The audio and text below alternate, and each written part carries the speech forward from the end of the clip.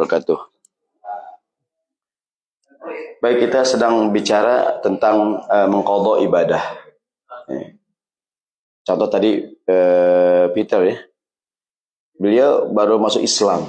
Gimana dengan ibadah yang dulu-dulu?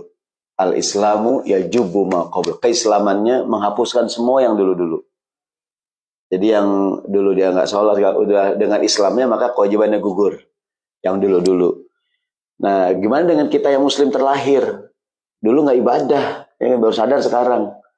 Ya, nah, ada ulama mengatakan disamakan dengan yang baru Islam. Jadi kondisi kita dulu, karena kita meninggalkan ibadah itu karena lalai, karena maksiat, maka tidak wajib diqadha, wajibnya taubat. Gitu. Beda dengan orang yang meninggalkan sholat karena lupa, ketiduran, dia harus ngapain? Mengqadha, gitu.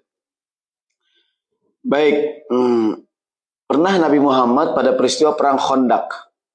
Perang Khandaq itu di kota Madinah dikepung pasukan koalisi. Saking sibuknya Nabi meninggalkan sholat zuhur, asar, maghrib, isya. Dan Nabi melaksanakan sholat zuhur, asar, maghrib, isya pada sholat isya. Kan dari Ustadz, boleh nggak saya mengqadha sekalian Pak Ustadz? Saya dari pagi sibuk banget Pak Ustadz. Ya kan, nah, Nabi pernah melakukan hal yang seperti, tapi bukan sengaja. Mohon maaf ya, kayak ada orang kebakaran. Kan saking sibuknya kadang-kadang tuh, panik ya kan? Ada musibah ya kan? Ada orang tuh udah nggak mikir apa-apa dah. Dia bukan ada musibah pagi, ada banjir, ada badai, ya nggak nih? Dia sibuk, dia akhirnya nggak sholat zuhur, asar, maghrib, isya baru badai reda. Kan badai pasti berlalu, ya nggak? Badai pasti berlalu, ya kan? Isya baru dia sadar, bahkan dia boleh mengqadha sholat zuhur, asar, maghrib digabungin dengan waktu, tapi jangan niat, nggak sembahyang bang, dah kalian malam, gitu. Antara aneh sembahyang zuhur, asar, maghrib, nggak boleh tuh. Kalau niat, tapi kalau seandainya di luar niat, kondisinya katakanlah emergency, kondisinya tidak darurat banget kayak tadi tuh, kan kadang-kadang orang berada dalam kondisi yang gitu ya.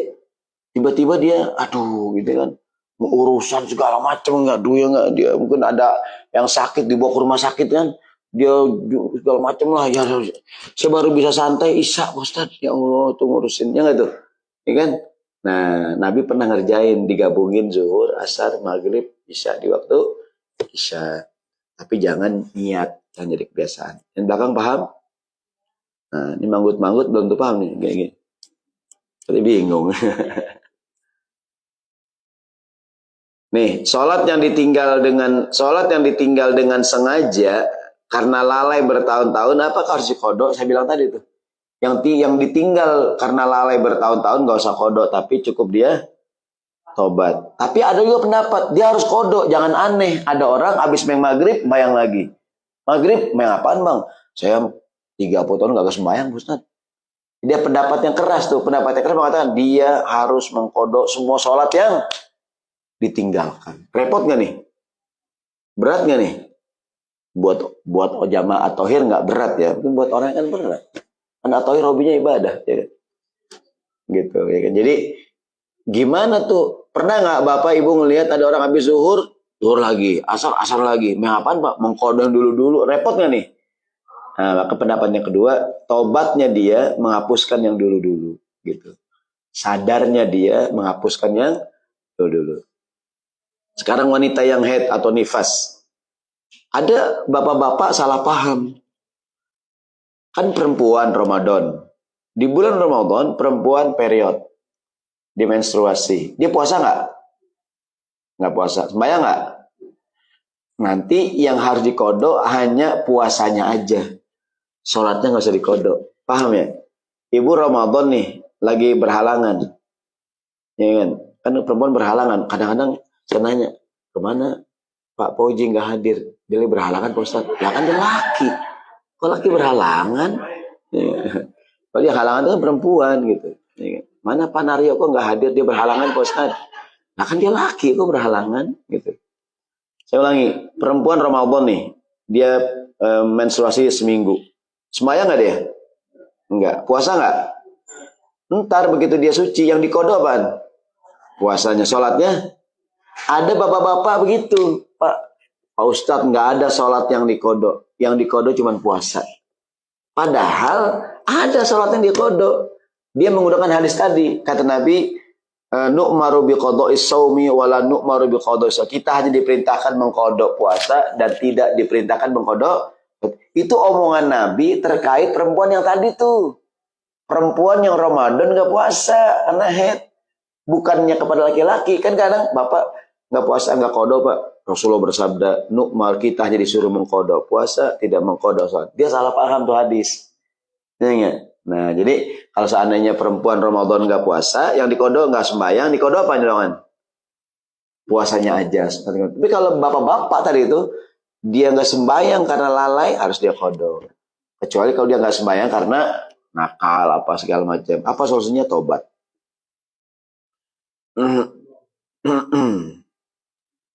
Sholat sunnah yang paling utama adalah sholat 2 rakaat sebelum subuh. Yang kata Nabi Muhammad, pahalanya lebih baik dibandingkan dunia dan seisinya. Ada yang bilang, siapakah orang paling kaya di dunia? Raffi Ahmad, Sultan. Ada yang bilang, siapa di Amerika paling kaya? Bill Gates. Siapa yang paling kaya? Siapa yang punya Tesla tuh? Elon Musk. Bukan, orang yang paling kaya adalah orang yang mengerjakan sholat 2 rakaat sebelum subuh. Karena pahalanya lebih hebat dibandingin dunia dan gitu. Ya, enggak?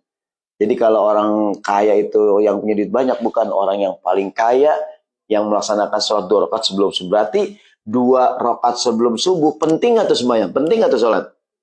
Saking pentingnya kata Nabi, yang biasa ngerjain 2 rakaat sebelum subuh, pas datang ke Tohir udah komat. Dia boleh mengkodoknya habis sholat subuh. Habis subuh ada nggak sholat sunnah? Nggak ada. Nggak ada ya? Sampai kapan? Sampai terbit matahari syuruk. Tapi bagi orang yang punya kebiasaan melakukan 2 rakaat sebelum qobliyah subuh. Atau kadang orang kasih nama 2 rakaat fajar. Pas banget ke Tohir udah komat. Ya, orang di jalannya lambat, keder kali ya, salah gang ya nggak? Ya kan? Sampai sini udah komat, ya gitu, ya kan? Ya udah, maka dia habis sholat subuh, dia sholat 2 rakaat. Kita nanya, Pak, maaf Pak, habis subuh nggak ada sholat sunnah Pak? Maaf Pak Ustadz, saya sholat qobliyah subuh atau sholat sunnah fajar saya kodok. Karena saya punya kebiasaan. Nah, bagi yang punya kebiasaan, boleh dikerjain habis sembahyang subuh. Pendapat yang kedua, ngerjainnya habis syuruk. Paham ya? Nah, ada riwayat yang mengatakan kata Aisyah, Nabi Muhammad tuh tidak ada sholat yang paling beliau sangat jaga kecuali 2 rakaat sebelum subuh. Ada riwayat seorang sahabat habis sholat subuh dia sembahyang 2 rakaat. Nabi tegur, antum sholat apaan? Nggak ada habis subuh. Nabi, aku tadi nggak ngerjain 2 rakaat sebelum yang pahalanya lebih hebat dibanding dunia dan. Nah, dia ngerjainnya habis subuh langsung. Dan Nabi nggak ngelarang, Nabi nanya doang, berarti boleh langsung. Pendapat yang kedua, ada riwayat lain. Rasulullah mengatakan, man lam yusolli raka'atail fajri, siapa orang yang nggak ngerjain 2 rakaat sebelum subuh, sholatlah ba'dama tatlu asyamsu, dia boleh kodok ketika matahari udah terbit. Berarti 2 pendapat nih, boleh ngerjainnya langsung habis subuh, atau ngerjainnya habis syuruk. Kan kita habis subuh nggak sunnah, kita jangan suzon. Ya, ini orang nggak ngaji dia. Habis subuh disembahyang sunnah. Ya, ternyata pengertian dia mengkodok qobliyah, dia biasa ngerjain. Tumben dia kesiangan, dia kodok habis sembahyang subuh gitu.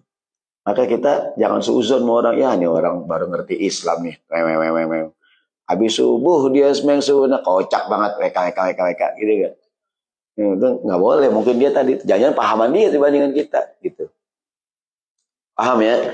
Jadi sholat sunnah yang paling keren 2 rakaat sebelum. Kalau bapak ibu biasa ngerjain dan tumben itu kesiangan, boleh dikodok.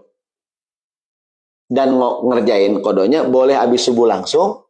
Dengan dalil cerita sahabat yang ini nih. Atau nunggu syuruk. Nunggu syuruk, dia sholat 2 rakaat kodok. Sholat sunnah fajar. Saking pentingnya 2 rakaat sebelum fajar. Maka dia boleh dikodok. Gitu. Boleh dikodok. Ntar kalau dia mau nanya langsung aja ya, atau ntar habis saya jelasin. Ada cerita dari Aisyah istri Nabi. Kan Aisyah istrinya, dia tahu ya. Kata Aisyah, Nabi Muhammad biasa qiyamul lail. Malam itu Nabi nggak qiyamul lail karena sakit, kenusan. Kata Aisyah, kalau malamnya Nabi nggak qiyamul lail, Nabi ngerjain sholat sunnah siang hari 12 rakaat. Mengkodok gitu. Kan biasa kita qiyamul lail 8 rakaat. Sama witir berapa witirnya? 3, jadi berapa? 11. Nah, kalau mungkin Nabi malamnya, kata Aisyah nih, Rasulullah apabila berhalangan tidak melakukan sholat malam karena sakit atau halangan lainnya, beliau sholat di waktu siang sebanyak 12 rakaat. Apa nih? Kodok gitu tuh. Maka saya ngomong sekali lagi, ibadah itu kalau nggak yang biasa kita kerjain, terus kelupaan, boleh dikodok. Maksudnya jagalah pekerjaan yang baik itu jaga gitu. Ini kisah nyata ya. Saya kalau di tanah air itu kan, kalau ini puasa Ramadan hari terakhir nih, Ramadan hari terakhir. Kan malamnya takbiran nih. Biasanya tetangga, saya kan saya guru ngaji, tetangga-tetangga 2-3 rumah tuh ngantar tempat sayur ke rumah saya tuh. Tempat sayur. Dan saya bilang sama orang rumah, bilang, kita nggak usah bikin tempat sayur dah, orang tetangga pada nganter. Sayang jadinya kan. Tetangga nganternya kagak habis, terus kita masak bayang sayang gitu. Biasanya nganternya jam 5 sore tuh, menjelang maghrib. Begitulah tiap tahunnya. Satu hari, kok jam 5 belum ada yang nganter nih. Karena saya gak masak kan. Gitu. Oh 5:30 kali gitu. 5:30 gak ada yang nganter juga. Maghrib kali. Agak ada yang nganter maghrib. Akhirnya saya buka puasa makan Indomie. Ya, Indomie goreng. Pas Isya baru pada nganter. Iya kan. Baru nganter tupat sayur. Apa pelajarannya? Kalau punya kebiasaan baik, jangan dirubah. Kalau bisa jamnya jangan diganti. Udah segitu aja jamnya. Karena orang punya kebiasaan, ibu biasa ke At-Thohir ngantar makanan jam 12. Ntar hari ini asar, itu orang nungguin. Mana nih, biasanya ibu ini johor dah. Kan dia nanya malu, cuman dia udah ngapalin, gue yakin nih. Kalau hari Jumat tuh, ibu ini nih, bawa somai. Yang ini bawa gitu. Kan orang apa? Bapak ngapalin nggak? Bapak ngapalin nggak? Bapak ngapalin nggak biasanya? Pak Said ngapalin. Biasanya, ibu ini bawa makanan ini hari ini gitu. Maka kalau bisa jangan dirubah. Kalau bisa jam-jamnya jangan diganti. Ya lah gue biasa tuh jam 12 jam 2 lagi kan. Kan saya kerja jam 2 gitu aja. Gitu tuh. Orang tuh nungguin. Ibu tiap tahun ngasih hadiah buat anak yatim. Di tanah air ibu kirim uang. Biasanya katakanlah minggu kedua bulan Ramadan. Ibu kepikiran, ntar aja lah minggu ketiga. Itu yatim nungguin yatim. Tumben ya, biasanya minggu kedua dah.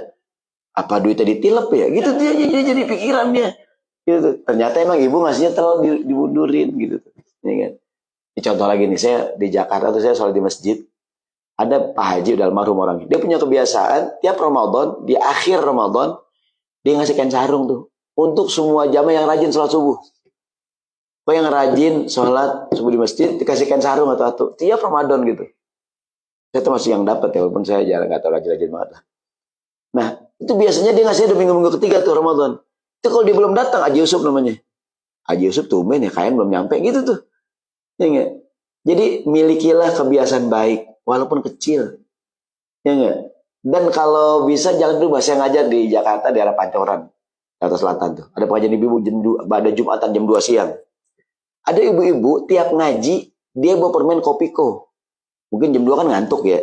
Supaya nggak ngantuk, tuh ibu-ibu tuh rajin tuh bawa permen Kopiko. Selama saya ngajar tuh, emak-emak gini. Jadi sambil ngaji tuh, supaya nggak ngantuk. Sambil ngaji, begitu permen habis, pengajian kelar. Satu hari dia kagak datang. Orang pada nyariin, Kopiko mana Kopiko? Kopiko kagak ada, Kopiko gitu tuh. Ya nggak? Saya udah, dia udah ngapalin. Kan jam 2 siang ngantuk nggak ngajarin jam 2 siang? Ngantuk. Dia pintar nih ibu-ibu nih. Dia sedekah gitu. Dia bawa main kopi kok satu plastik gitu. Bagi atu selama ngaji tuh. Sudah hafal dah. Wah ini pada ngenyat tuh mama. Begitu permen habis, ngajinya kelar gitu. Kalau dia kagak datang orang nyariin gitu. Pas datang permen sugus. Lain orang sugus lagi nih gitu. Ya enggak. Jadi kalau bisa jangan diganti. Ya enggak gitu. Jangan diganti. Saya yakin bapak ibu punya kebiasaan nggak Kak Tohir? Biasanya, saya yakin nih Pak Said ngapalin dia biasanya hari ini. Pak Joko ngapalin dia nih. Dia bilang istrinya, nggak usah masak, ya Tohir kalau Senin adanya. Oke. Yang biasa nganter kagak datang, kelaparan dia ya, elah. Itu tuh. Ya maka milikilah kebiasaan baik. Kalau bisa jamnya jangan diganti. Ya biasa ngantar tupat sayur jam 5 aja udah. Tangan saya Isa, sudah kadongan makan itu, mie rebus, ya enggak, Indomie. Pelajaran pentingnya adalah milikilah kebiasaan baik, walaupun kecil. Kalau bisa jamnya jangan ganti. Harinya hari itu dah. Yang biasa bawa tupat sayur hari Jumat aja udah, jangan pindah ke Minggu. Ntar yang nungguin, wah kok berubah schedule nih. Jangan mau jawab ya, maaf ya. Kan mau bilang sama saya, Ustaz, jangan makan ntar biasanya bisa ada yang nganter. Kan begitu bilang sama saya. Apa? Dia bilang sama saya. Oke Bang Oji. Kagak ada yang nganter. Ternyata itu yang nganter ngerubah jadwal. Maka pelajaran pertama, milikilah perbuatan baik. Walaupun ibu ini rajin, tiap hari Jumat ibu bawa kerupuk. Cuman kerupuk doangan. Tapi orang apal gak? Pak Joko apal. Nih ibu ini punya dia ada kerupuk dah. Pokoknya kalau saya tandain Pak Ustadz, kerupuk dia orang ini. Baunya hari Senin. Gitu dah. Ya gak? Sebab begitu berubah, ini strategi berubah ya gak nih? Wah berubah nih jadwal. Ya gak? Gitu ya. Nah jadi Nabi Muhammad kalau biasa qiyamul di malam hari beliau sakit dan lain beliau kodok tuh ngeriannya kapan? Siang. Sholat sunnah 12 rakaat kan kalau siang nggak ada witir. Gitu. Baca Quran paling bagus tuh baca Quran malam hari. Ada ayat inna nasyi'atal laili hiya asyaddu wat'an wa aqwa muqil. Waktu malam tuh lebih berkesan. Ibadah tuh kan munajat malam-malam. Coba ada ibu lagi munajat. Subhanallah, anak, mama, cucu. Minum susu dia. Milak gitu kan. Minum susu. Ya lah, repot banget ya anak itu. Kata suami, Neng, kopi Neng. Coba kalau malam-malam. Ya nggak tuh? Tenang nggak tuh? Ibu jam 11 malam, jam 2 malam. Auzubillahi minasyaitonirrajim. Suami nanya, masih lama Neng? Kata istri, Shadaqallah. Ini suami masih, ini masih. Gatel aja enggak. Sabar apa dikit. Dia dibaca dulu 3 ayat. Ini baru auzu ditanyain. Selama Neng. Shadaqallah.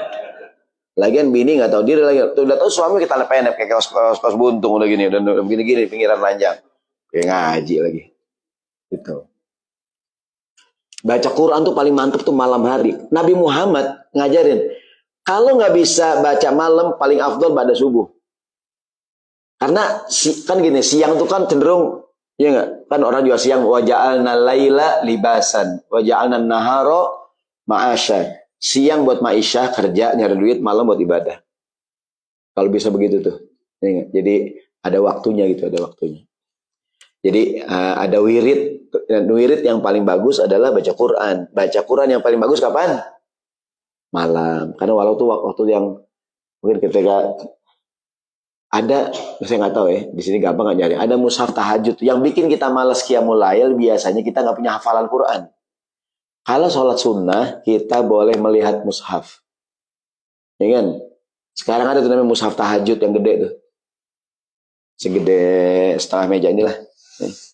Namanya mushaf tahajud. Biasanya bagus juga kalau kapan-kapan diusahain beli taruh depan satu tuh. Ada standingnya gitu kan? Udah deh, alhamdulillah. Belum. Nah, kalau ingat saya bawain kemarin. Jadi mushaf tahajud tuh mushafnya gede. Biasa buat imam tuh kalau tarawih kan dia nggak ada imam yang nggak hafal. Boleh dia baca. Ya kan? Dia kalau sholat sunnah boleh sambil melihat. Boleh nggak tadi handphone? Boleh aja. Ya, coba kalau handphone ada gangguan, lagi baca ada ini ya. Ada masuk ya, WA. Wah, dibaca. Batal bayang.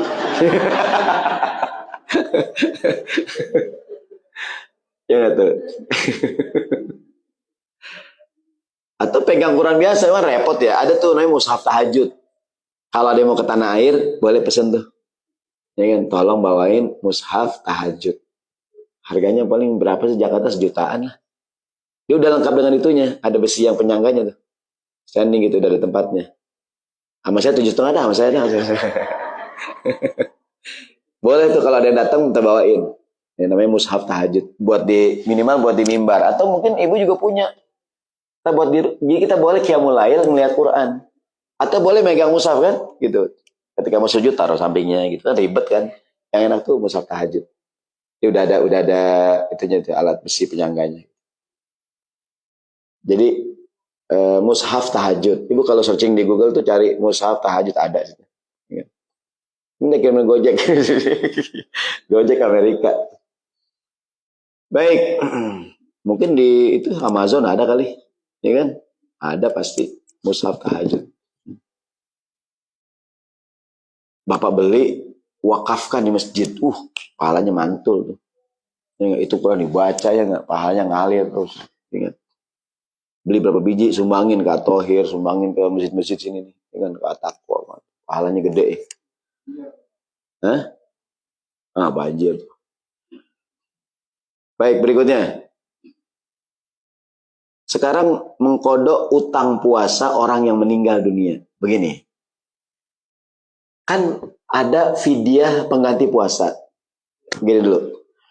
Puasa wajib hukumnya. Orang yang nggak puasa, tergantung. Kalau yang nggak bisa puasa udah tua, udah sepuh, Ustadz, kakek saya umur 80 Ustadz, Ramadan. Gimana Tad? Dia nggak bisa puasa. Nggak usah puasa Pak. Kodok Pak Ustadz. Nggak usah kodok. Kapan kodonya dia? Sekarang 80, besok 81, makin tua dia. Itu gimana Pak Ustadz? Dia nggak usah puasa, nggak usah kodok. Cukup bayar fidyah. Gitu tuh. Fidyah itu sekali ngasih makan fakir miskin. Ya kira-kira di sini $10 lah. Kalau saya itu kira-kira lah ya. Tanya kepada yang berwenang di sini. Nah, tapi kalau yang nggak puasa itu masih seger, Ustadz, bapak saya sakit, Ustadz, umur 40 tahun, bapak masih 50 tahun lah. Dia Ramadan sakit, nggak usah fidyah, kan dia masih muda. Kalau dia sehat, dia kodok, paham ya? Fidyah buat orang yang udah nggak sanggup puasa. Nah sekarang ayah kita yang masih muda itu meninggal dunia, sementara dia punya utang puasa. Atau ayah kita itu umur 80 tahun meninggal dunia. Nah kalau ayah kita 80 tahun, dia nggak puasa, bayar fidyah. Ya enggak? Tapi kalau ayah kita meninggal masih muda, kalau dia sehat masih bisa puasa, maka puasanya diqodoin oleh ahli warisnya. Di kita kan misalnya langsung bayar fidyah aja tuh. Jangan warisan puasa juga utangnya bayarin. Nih, hadis Nabi nih atau Muslim. Apa kata Nabi? Siapa yang wafat meninggal dunia punya utang puasa, ahli warisnya puasa atas nama dia. Ustadz, Umi Ane sebelum meninggal dia nggak puasa selama 2 minggu. Berapa umurnya? Waktu itu Umi saya meninggal umur masih 50 Ustadz, segar dia Ustadz. Dia punya utang puasa, ya nggak tuh? Nah kalau gitu ahli warisnya kodoin. Kecuali uminya Ustadz ibu saya udah umur 90 Ustadz. Dia nggak bisa puasa. Kodo nggak? Nggak usah kodo. Kapan kodonya? Makin kemarin makin tua dia, ya nggak tuh? Maka dia bayar fidyah. Gitu. Paham ya? Benar kata Bang Farah tuh, jangan yang mikirin warisan doang, pikirin juga tuh kodok. Tapi orang zaman sekarang, mohon maaf, orang zaman sekarang, kebanyakan langsung fidyah, ya enggak? Bapak saya punya utang puasa, langsung bayar.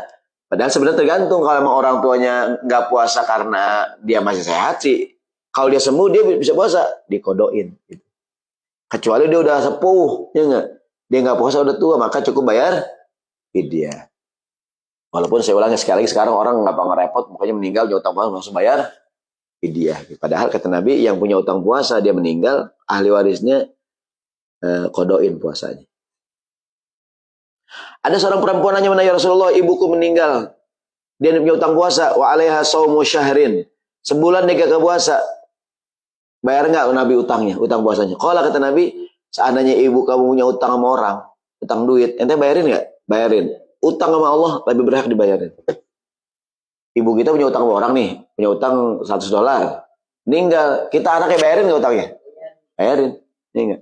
Utang sama manusia aja kita, apalagi utang kepada gitu. Maka tadi kalau dia meninggal udah sepuh banget, bayarnya pakai fidyah, utang puasanya. Kalau dia meninggal masih seger, ada nggak orang tua meninggal masih muda? Ada ya, dia kalau masih hidup dia masih segar gitu maksudnya. Nah, maka utang puasanya siapa yang bayarin? Siapa yang puasain? Ahli warisnya gitu. Ustadz, saya bisa jadi, iya. Ahli waris itu suami juga dia teh. Wahai para suami, dengerin nih pertanyaan bagus ya enggak? Jangan warisan bininya doang dipikirin. Kalau istrinya sakit meninggal, ya enggak, suaminya bayarin puasanya. Kan ahli waris kan suami ahli waris juga. Anak ahli waris juga gitu. Nah, ya. Nah, termasuk orang yang kena penyakit yang dia nggak mungkin kodok. Kata dokter, Pak, wah bapak udah nggak bisa kodok, Pak. Ada orang mungkin penyakitnya dia harus makan tiap dia pokoknya nggak boleh kosong lah perutnya gitu.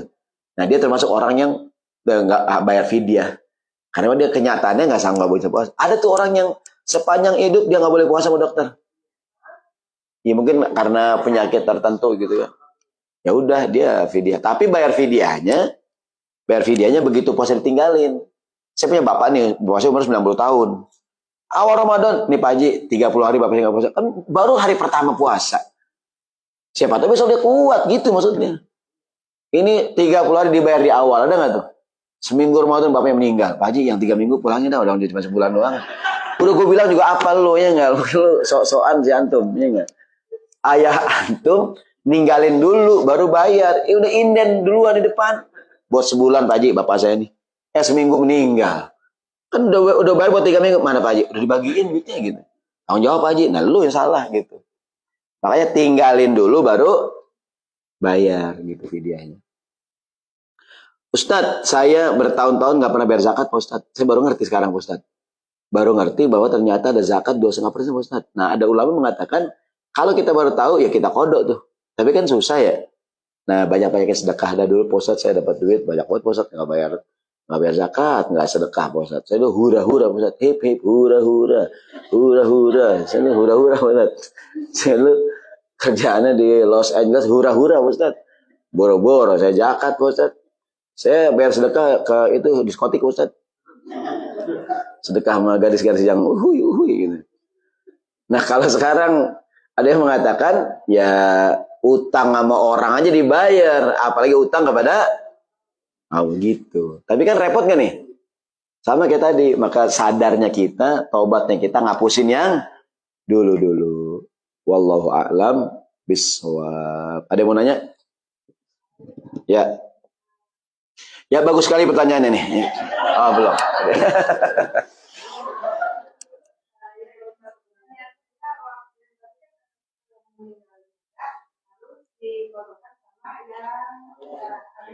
Ahli waris.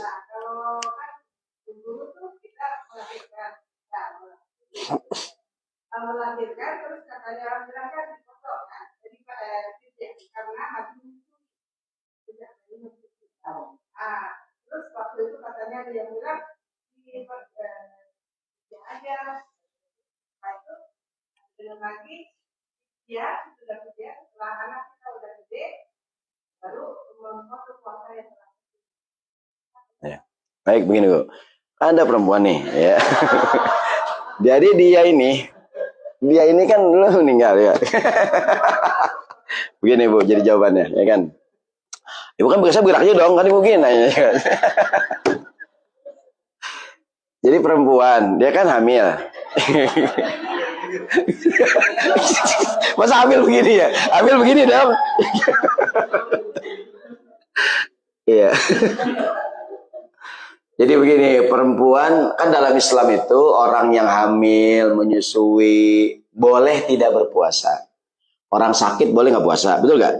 Hamil, nyusuin boleh nggak puasa. Musafir boleh. Tapi kata Quran, wa antasumu khairul lakum.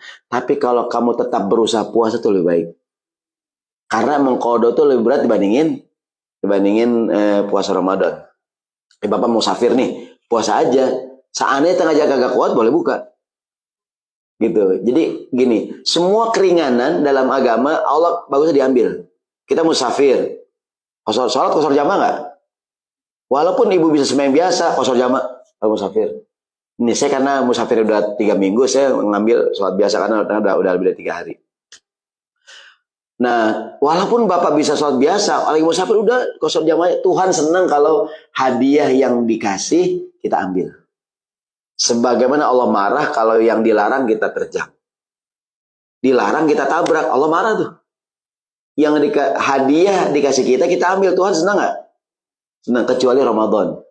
Kan tadi Ramadan orang sakit boleh nggak puasa, hamil boleh nggak puasa, musafir. Tapi kalau tetap puasa lebih, kecuali puasa tuh. Walaupun Tuhan ngasih keringanan, kalau kita ambil puasa lebih baik gitu. Nah, sekarang perempuan yang hamil, kalau dia hamil, dia kan nggak puasa nih. Karena apa? Kan umumnya takut karena dia dan bayinya. Kata dokter, ibu kalau puasa nih badannya lemah. Bayinya juga lemah, kesian. Atau ibu sih kuat bu, bayinya nih lemah bu. Atau ibu lemah, bayinya kuat bu. Samson nih kayaknya nih, Samson nih anaknya. Ya kan gitu. Nah, intinya dia nggak puasa. Secara umum, ibu harus mengkodok puasanya plus bayar fidyah. Ustadz, dia kan abis lagi hamil, nggak puasa. Melahirkan, Pak Ustadz. Nyusuin 2 tahun, Pak Ustadz. Nyusuin nggak puasa, Pak Ustadz. Belum kelar dia kodok, datang Ramadan lagi. Ada nggak tuh? Ya kan? Dia kan masih nyusuin, ya udah. Maksudnya dia kodok kapan dia bisa, gitu. Anak 2 tahun kan berarti nyusuin. Hamil lagi. Mau suaminya aktif.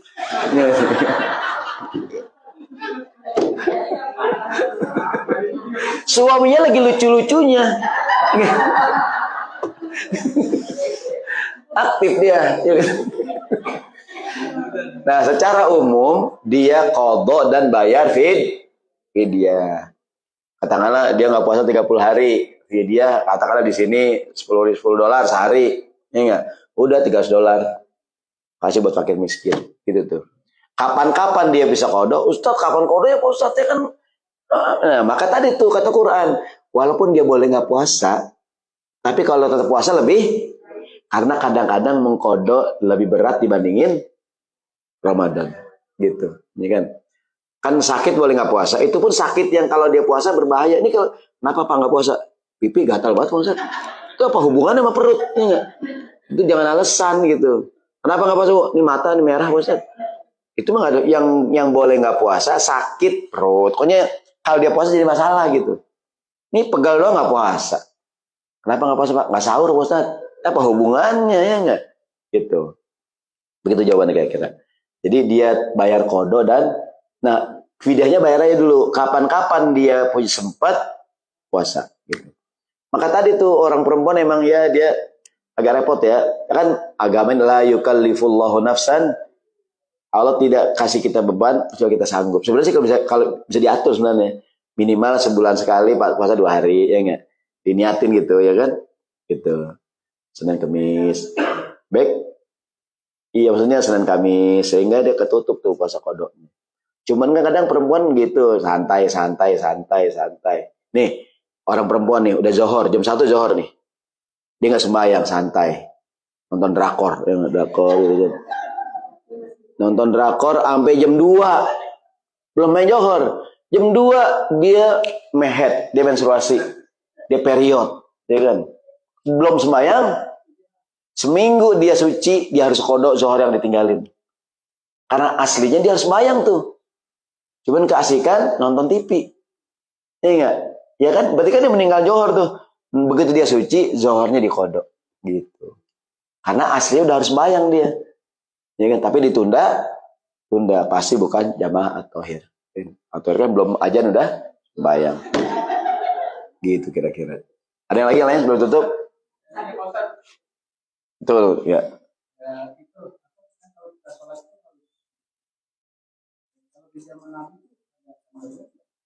Ya. Maksudnya gini, saya suka air kecil gitu kan. Coba. Ini kan. Ya, bismillahirrahmanirrahim.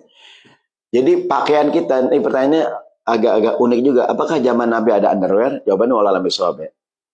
Pertama yang penting, pakaian kita tuh harus suci, tidak terkena najis. Kalau kena najis suci.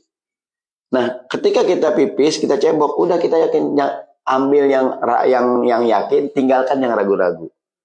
Jadi kalau cuma ragu-ragu udah nggak apa-apa. Kecuali Bapak yakin pas pipis ewer-eweran. Dia pipis nih.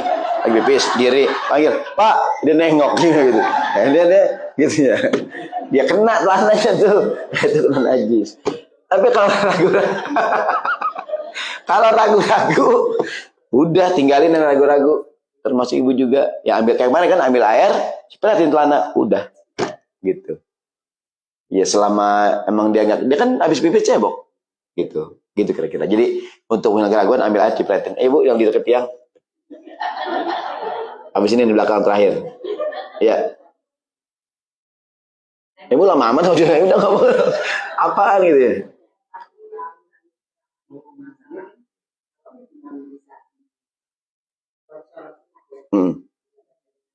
Mushaf ya.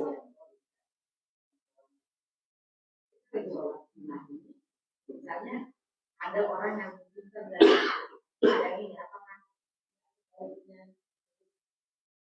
Ramadan lah. Iya. Ramadan kan standar. Katanya jadi pakai karena apa-apa. Melihat mushaf. Ada orang yang hafal Quran. Iya. Dan makmumnya. Apakah sebaiknya yang hafal Quran?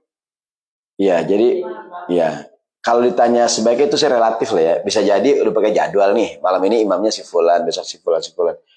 Dan ini di contoh saya lama di Mesir. Di negara Arab biasa tuh, imam baca tuh. Kalau terawih. Quran yang gede, jadi imam baca. Kan kita dari makmum. Imam nggak salah, tadi nggak salah ya. Ini baca katanya. Nggak apa-apa. Nah kalau ditanya mana yang afdol, bisa jadi bisa jadi yang ngapal Quran lebih afdol. Tapi tidak tergantung juga gitu. Artinya boleh dia jadi imam dan membaca Quran. Gitu. Tapi saya sih ngomong begini dalam kasus sholat sendirian di rumah. Kalau di masjid kalau ada imam yang hafal ya dia jadi imam gitu. Tapi kan kita kadang pengen belajar yang lain, ada giliran nih. Malam ini juz 1, besok juz 2 ya enggak, kebetulan pas juz 2 kagak hafal imamnya, diboleh lihat mushaf. Kalau sholat sunnah. Gitu. Karena bisa jadi yang kagak hafal tapi suaranya enakan gitu. Ada nggak? Yang hafal tapi ini derdet gitu, maksudnya suaranya kayak gitu, ngayun ya kan.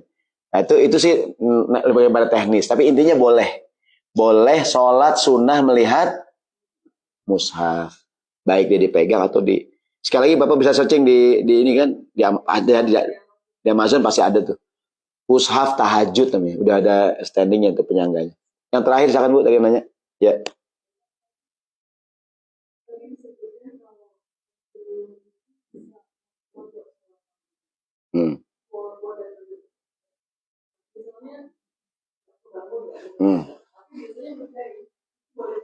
Iya sama, tidak hanya Nabi, Ibu nih. Kita biasa kayak mulail. Malam itu tumben tidur jam 1, bangun-bangun jam 5. Nah, aduh nggak enak banget dah. Biasanya tahajud semalam nggak tahajud lagi. Udah siang-siang, mungkin pagi dari jam 8 sampai johor tuh. Ya kan, Ibu sholat 12 rakaat ngikut. Niatnya apaan? Mengkodok yang semalam saya biasa tahajud tinggalan gitu. Dalilnya tadi cerita tadi boleh.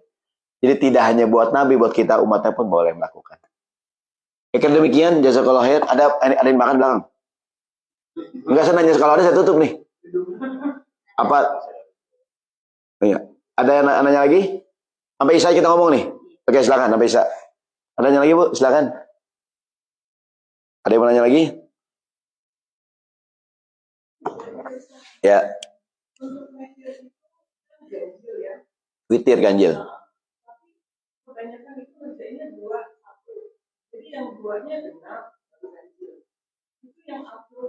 Iya. Iya. Jadi ibadah sunnah itu aturannya lebih ringan dibanding ibadah wajib. Contoh ya. Contohnya puasa sunnah. Kalau puasa wajib Ramadan harus niat sebelum subuh. Tapi kalau puasa sunnah, besok hari Kamis Senin nih, Ibu dari pagi sibuk sampai jam 11. Ada belum kena apa-apa nih. Baru kena paku doang kan gitu ya. Belum kena apa-apaan dah. Puasa aja dah sekalian, boleh gak? Boleh. Niatnya sebelum johor. Karena puasa sunnah. Tapi kalau puasa wajib, udah niat sebelum subuh. Itu sebabnya kenapa di kita ada budaya habis taraweh nawaitu sauma godin an adai fardi syahri ramadhana hadhihi sanati. Kenapa kita tarawih? Takut kelupaan gitu. Padahal si niat juga nggak bisa diucapkan. Kita sahur mau ngapain? Mau puasa dianggap niat. Cuma kan kalau dilembagakan lebih itu namanya diformalkan gitu, diformalkan. Nah, kalau puasa sunnah boleh. Nah, sholat sunnah, sholat wajib harus berdiri, kecuali yang sakit. Tapi kalau sholat sunnah, qobliyah, ba'diyah, taraweh, qiyamul lail, walaupun ibu bisa berdiri, kalau mau duduk boleh. Tapi pahalanya berkurang. Iya gitu kata Nabi tuh. Pahalanya setengah. Terawih nih. Ibu buka puasa kenyang banget, kenyang ya nggak? Ah, sembahyang mau terawih duduk boleh nggak? Kalau nggak malu silakan. Ya kan, nah anak berdiri saya mah gitu. Jadi secara umum aturan ibadah sunnah itu lebih ringan dibanding ibadah wajib. Contoh nih, zakat mal wajib. Ya nggak? Sedekah, infak hukumnya apa? Sunnah. Lebih bebas gitu.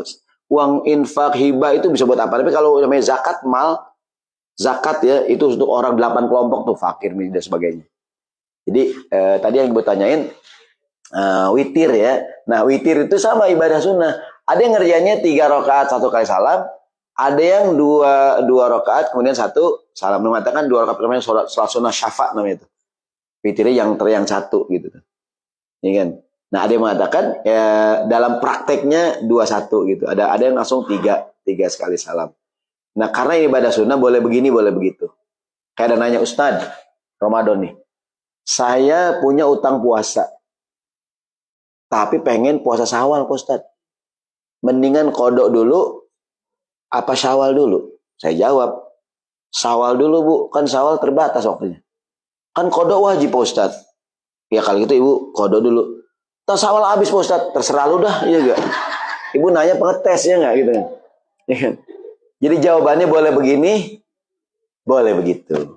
Tapi kata para ulama, lihat hadisnya, bunyi hadisnya, siapa yang puasa Ramadan sebulan, diiringi dengan, nah berarti Ramadan dulu kelarin sebulan, baru Syawal, berarti kodok dulu, biar genap Ramadan baru Syawal. Tapi nanti ujung-ujungnya tetap aja beda pendapat.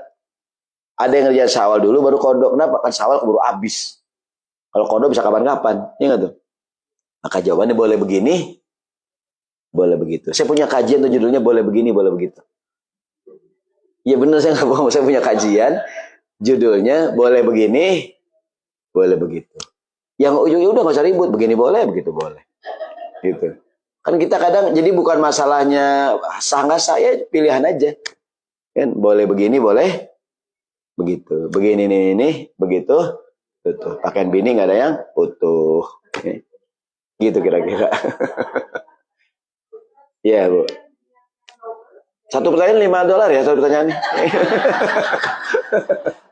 Saya baru bilang maaf ya.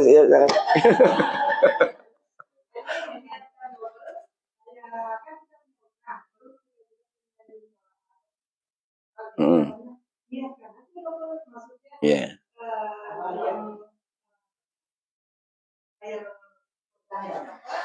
Ya. Ya. Gini, ibadah wajib tidak bisa dibarengin ibadah sunnah. Kalau sama-sama sunnah boleh. Terus Senin nih. Senin saya pengen puasa hari Senin Kemis. Sekalian saya pengen, kalau ini Ramadan ya, saya pengen puasa Syawal. Sekalian ini tanggal 13, 14, 15. Saya kan sunnah semua tuh. Saya puasa Senin Kemis sekaligus puasa Ayamul Bid, jatuh hari Senin sekaligus puasa apa tadi? Iya, atau pas banget bulannya bulan Syawal ya nggak tuh? Puasa Syawal gabungin Senin Kamis sama puasa Ayamul Bid boleh. Tapi kalau ibadah wajib, saya kodok puasa nih gabungin Senin Kamis nggak bisa karena istilahnya niatnya atu aja. Yang wajib nggak boleh digabungin sama yang sunnah. Tapi yang sunnah ibu nih jam kemarin kan at-tohir jam 8 pagi. Jam 8 pagi ya, ibu wudu. Habis wudu, bapak kemarin nih, sholat 2 rakaat. Niatnya sholat sunnah tahiyatul masjid. Sekalian pagi-pagi sholat duha. Sekalian habis wudu, sholat sunnah, sholatnya 2 rakaat, niatnya gitu. Jadi kata para ulama, tada'ufus thawabi bitada'ufun niat. Menggandakan pahala dengan cara menggandakan niat. Saya punya kajian judul itu menggandakan pahala. Kapan-kapan kita bahas. Pahala ganda. Bukan pahala janda, jangan salah dengar ya. Pahala ganda, jangan salah dengar Bapak ya enggak. Pahala ganda. Tadi usah, pahala janda apa gue dengar ya? Bapak ngantung-ngantung nih ngaji. Ada kajian judulnya pahala ganda. Jadi ibadah itu berlipat ganda dengan cara menggandakan niat. Maka kalau punya ibadah, niatnya banyakin. Ibu sekarang ke masjid ngapain kemarin? Itikaf, silaturahim, talabul ilmi, infak, sedekah ya, niat berzikir, niat memakmurkan masjid. Miliki niat yang banyak gitu tuh. Semakin banyak niatnya semakin. Jangan ibu ngapain ke masjid? Ya saya mah iseng aja Pak Ustaz. Iseng agak ada pahalanya, iseng ya enggak tuh? Jangan iseng doang ya. Saya kata santai iseng aja Pak Ustaz. Daripada nganggur di rumah. Ya, jangan tuh, saya mah orang yang ngalir Pak Ustaz kayak air. Kali ya enggak. Jadi mesti niat gitu. Mesti niat. Apapun kebaikan yang kita lakukan, niatnya banyakin. Termasuk niat menggembirakan orang. Ibu ngapain ke masjid nih? Talabul ilmi, itikaf, sedekah, zikir. Termasuk niat membahagiakan pengurus. Kan pengurus gila kalau yang datang banyak. Ya enggak tuh? Membahagiakan ustadz. Aneh sih ngaji, malas banget biar ustadz girang deh kita ngaji. Itu tuh, ya enggak? Jadi milikilah niat yang banyak gitu untuk satu buah kebaikan. Kebaikannya atuh, niatnya banyak gitu. Kenapa saya sekarang ke Los Angeles saya datang di mari? Saya niatnya memenuhi undangan, sekaligus silaturahim, sekaligus ya belajar juga kan gitu. Milikilah niat yang banyak. Kan yang paling penting apa? Orientasi, ya enggak? Jangan sampai orang hidup, bekerja, beramal nggak punya orientasi gitu. Kamu ngapain dia? Saya mau ngalir ya Pak Ustaz. Ngalir emang kali ya nggak? Jadi mesti jelas tuh niat apaan. Innamal a'malu biniat. Setiap amal tergantung. Maka milikilah niat yang banyak gitu. Jadi amalannya atuh niatnya beragam-ragam. Dengan syarat nyata niat yang baik-baik. Jadi menggandakan pahala dengan cara menggandakan niat gitu. Demikian kira-kira siap-siap sembahyang maghrib, sembahyang isya. Semoga ada manfaatnya. Ada yang nanya lagi selebih nutup? Cukup ya, sehat panjang umur. Besok hari Ahad ya. Ada kajian ba'da subuh dan kajian sore besok. Ya, besok kita ada kajian lagi mulai besok sore jam 6 ya. Demikian semoga ada manfaatnya. Subhanakallahumma bihamdika asyhadu an la ilaha illa anta astaghfiruka wa atubu ilaik. Assalamualaikum warahmatullahi wabarakatuh.